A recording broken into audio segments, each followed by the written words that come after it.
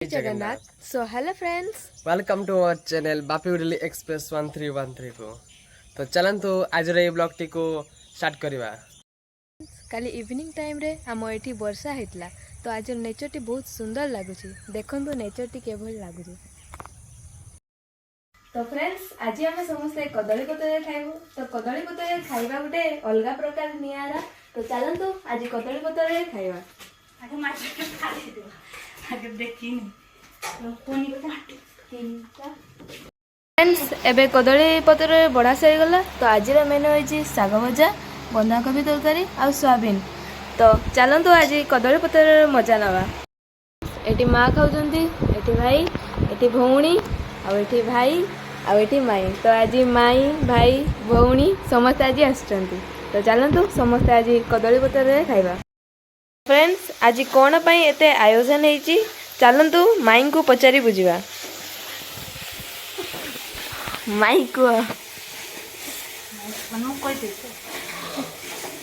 आज ए बैसाख मास चली तो सेठी पई हम टिके घरे कीर्तन हबो देखा हेची समस्त को सेठी पई एते आयोजन करा हेची समस्त आसीबे से ठाकुर ना हबो आ सेठी पई आयोजन करा हेची आ। तो फ्रेंड्स आपण समस्त जानी पारले तो आज कौन पाई आज एते सब आयोजन हेची तो चलंतु आज माई आज कौन कौन आइटम हबो पूरी घाट खीरी मिठा। फ्रेंड्स देखंतु दुई भौणी मिसिकी पूरी बेलुचंती एवं भितरे मध्य खाइबार चार प्रस्तुत चलची माँ और मामी मिसी करूचंती देखि पथवे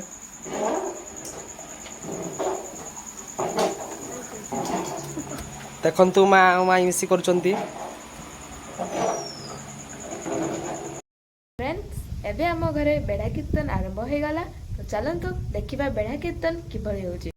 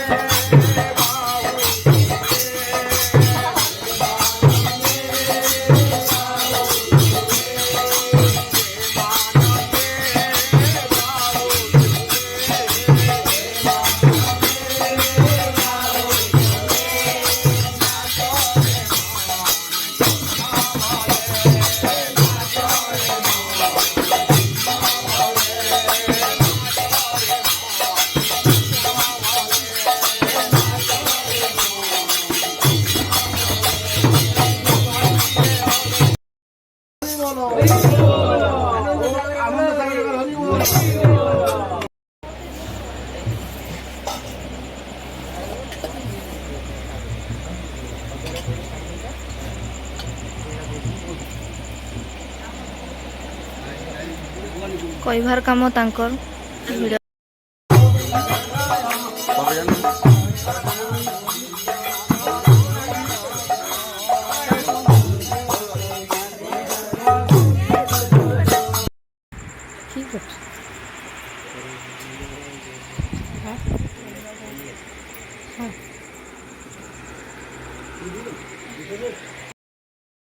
आज ब्लॉग टी एंड करुचे पुणी आपण सहित देखा एक न्यू ब्लॉग रे।